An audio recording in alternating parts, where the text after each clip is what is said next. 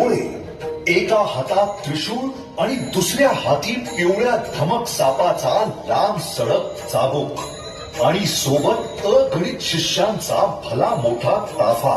चालवे महाराज येत आहे, चालवे महाराजांना जय असो.